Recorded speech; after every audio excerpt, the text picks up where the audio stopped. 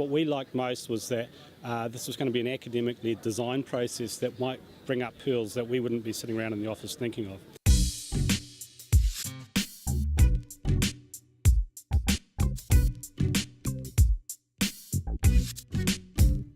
Paul Kennett from Waikato Regional Council. I work with the monitoring section, and I'm in charge of the data team there. So the environmental data that comes in, we look after it and represent it out to the public.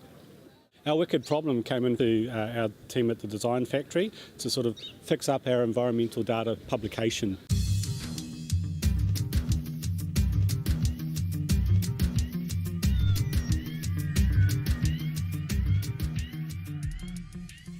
And they've refined that to really getting engagement from public to what environmental data we have available to them, and they're looking at that from different angles. So the process for us, we came in to support it as part of Council's supporting of community. Our expectations of becoming part of the process were, as I said just before, to get a fresh view onto problems that we face every day of dealing with our data and how we can get it out to the public.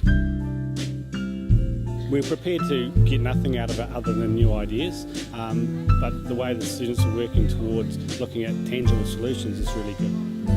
It's an industry problem because I just read it up there, I love it. It says fix everything. Fix everything.